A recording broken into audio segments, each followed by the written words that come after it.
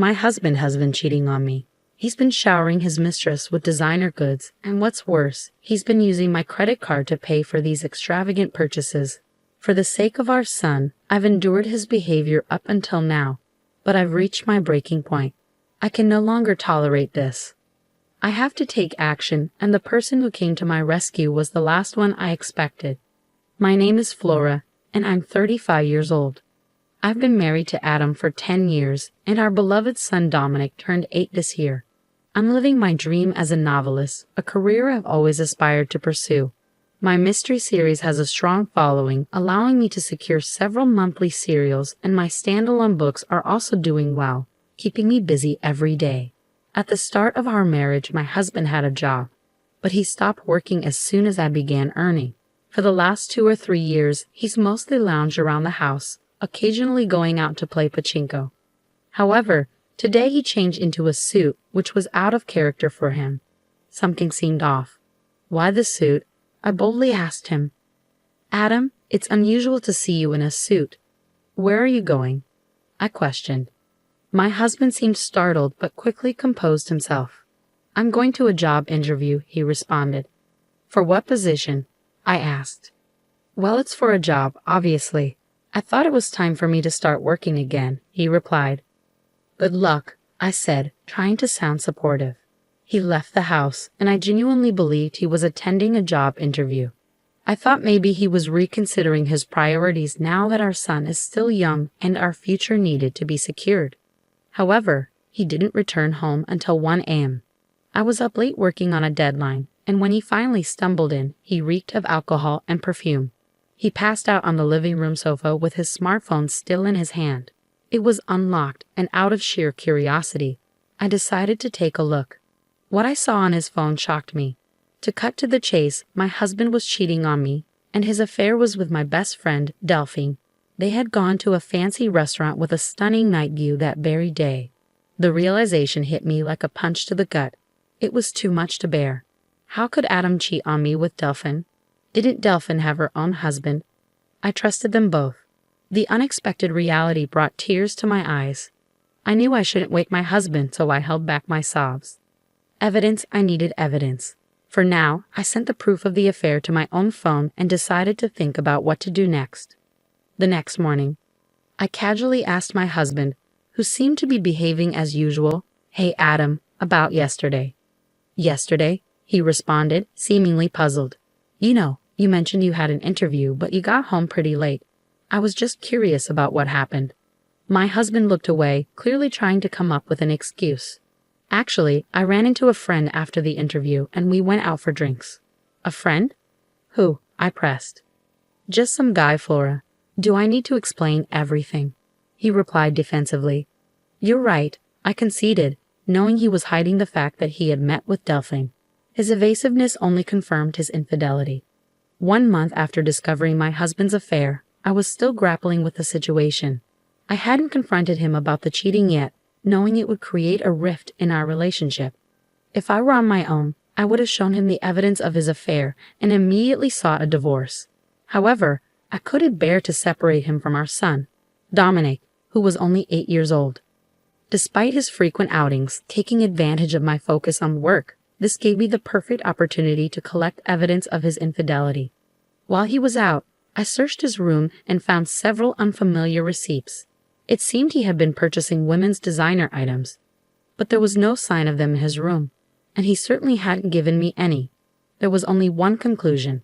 Adam had been showering Delphine with luxury goods, but where was he getting the money for that? He's unemployed and living off my allowance. I give him a monthly allowance, but he likely doesn't have any savings left. Worried, I decided to follow him. During this time, I called my brother over to watch Dominic, without telling him about my husband's affair. I fibbed to my brother, saying, Hey, sorry to bother you out of the blue. It's no problem, but what's up? Why do you suddenly need me to watch Dominic? I just want to go shopping alone, I lied. Shopping? You've never been one to shop in person. Don't you usually shop online? Normally, yes, but today I want to buy something that's only available in store. Can you watch Dominic for me? All right, but don't be gone too long. Dominic gets lonely, he agreed. Thank you, I said, relieved. With my brother's help, I was able to set my plan in motion. I watched my husband walking arm in arm with my best friend Delphine. I knew what was happening, but seeing it with my own eyes was a painful shock. They were cheerfully entering a high-end designer store. Then I witnessed something outrageous. Is that my credit card? My husband was using my secondary credit card to pay the bill. I always kept my main card safely in my wallet, while the secondary card was left unattended in a drawer. My husband took the secondary card without my knowledge and used it to fund gifts for his mistress. Over the past few months, I've been making large purchases for work, such as monitors, keyboards, and even new furniture, causing the balance on the credit card to skyrocket. Both cards were linked to the same bank account, and with my busy schedule, I hadn't reviewed the details closely. This negligence came back to haunt me. Not only was he cheating on me, but he was also using my money freely. Any lingering affection I had for my husband had completely evaporated. Although I was partly to blame for not noticing sooner, I couldn't bring myself to forgive him. I took clear photos of the two of them together and went home, simmering with anger. For the next few days, I focused on plotting my revenge. I repeatedly checked his usual computer when he wasn't around, knowing he sensed his phone and computer, allowing me easy access to his communications with Delphine. Soon, I discovered that the two of them were planning a trip to Okinawa during the upcoming long weekend, a 4-day, 3-night getaway. This was my chance. I planned to execute my revenge during my husband's affair trip, but one obstacle remained: my son. Carrying out my plan without my son discovering his father's infidelity would be challenging. I decided to turn to my brother for help once more. Hey bro, sorry to bother you again, but could you watch Dominic for me during the upcoming long weekend? You mean for all 4 days? He asked, sounding taken aback. I have something important to take care of. His question made me uneasy. Before I could respond, he spoke firmly. Flora, stop trying to handle everything alone. Adam's cheating on you, isn't he? I was taken aback. How did you know? I heard it from Dominic, he said. Dominic? I repeated in surprise. Even though my son was young, he had picked up on his father's infidelity. I don't know if he fully understood what was happening, but he sensed his father growing close to someone other than me, and it was causing me pain. Dominic, in his innocent way, had observed the situation. I thought I was shielding Dominic from this, I murmured. It seems Adam's actions have affected you so deeply that even Dominic could sense it. Are you still considering staying with someone like that? But if I divorce Adam, Dominic will be upset, I started to say. But then Dominic, who had been in the next room, suddenly appeared. Mom, it's okay. I'm on your side. Dominic, are you sure? I asked, moved by his words. I don't need someone who makes Mom sad. As long as I have you, I'm okay, he said resolutely. Thank you, Dominic, and thank you too, bro, I said, grateful for their support. With the help of my son and brother, I made up my mind to take action against my husband without any hesitation. We began moving to a new home on the day my husband was set to leave for his trip with his mistress. My brother helped us, and we discreetly packed our belongings whenever my husband was away. The night before the long weekend, I decided to confront my husband and give him one last chance. He was visibly excited about his trip the next day, and I went straight to the point. Adam, what's with the suitcase? Why are you packing? He replied, Oh, this? I'm going on a trip with a friend starting tomorrow. A trip? Did you mention anything about that? It's a last-minute decision, isn't it? You're using the allowance I give you, I questioned. My husband seemed annoyed and tried to brush off my questions. Don't talk to me about it anymore, Aura. I couldn't care less about his excuses. I lowered my voice as I asked, Are you really going on this trip with a friend? My husband flinched at my tone, his shoulders tensing, but he still attempted to lie. Of course, you've been nagging me a lot. I see, a trip with a friend. Have a good time, I said, my voice dripping with sarcasm. I could be fun regardless of whether he told me to be. Just don't overdo it, I said as I left my husband's room. To be honest, if he had come clean with me then, I was considering settling matters amicably, requesting alimony and child support, despite his infidelity. After all, there was a time when I loved him. When my novels weren't selling well, he supported me and kept me going. I didn't want to harbor hatred or resentment toward him. However, after everything he's done, I can't afford to remain calm. For the sake of my son and my future, I need to end my relationship with him. There's no point in holding back any longer for a man who continually lies. The following morning, my husband had already left for his trip. I opened the drawer and confirmed that he had taken my credit card as usual. I immediately contacted the credit card company, reported the card as lost, and requested an immediate block on its use.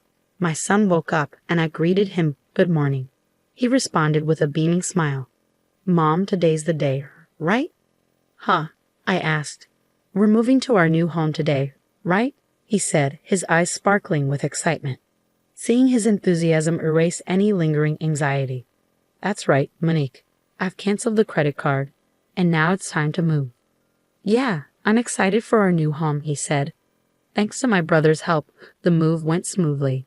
My son and I settled into our new home, while my husband's belongings were sent to a designated location. The next day, we were all relaxing at the new house with my son and brother. I got a call from my husband. "Hello? Flora, is that you? Could you transfer me some money? I've spent more than I planned, and now I need some extra cash." He likely couldn't use the card since I have frozen it, so he was asking me for money without directly mentioning the card. His request disgusted me. "Didn't you say you were going to stick to your allowance?" I asked. "Come on, don't say that. I can't enjoy my trip alone if you do that," he whined. "Alone? Don't you meet with Delphin?" I shot back. My husband seemed taken aback. "What are you talking about? Who's Delphin? What's going on with the card?" "It's pointless to play dumb. You're all over the place. Your lies aren't working," I snapped. "It's clear you've been cheating on me with my best friend Delphin. Did you really think you wouldn't get caught?"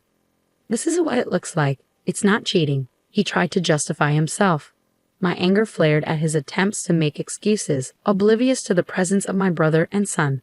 I didn't hold back, letting my fury loose on him. I had been holding in my anger for too long. "Stop making excuses.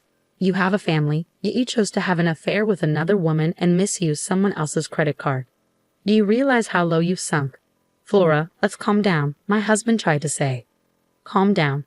How can I stay calm when I'm talking to the person I despise most in the world? Let me make this clear. I have no intention of forgiving you or offering any help.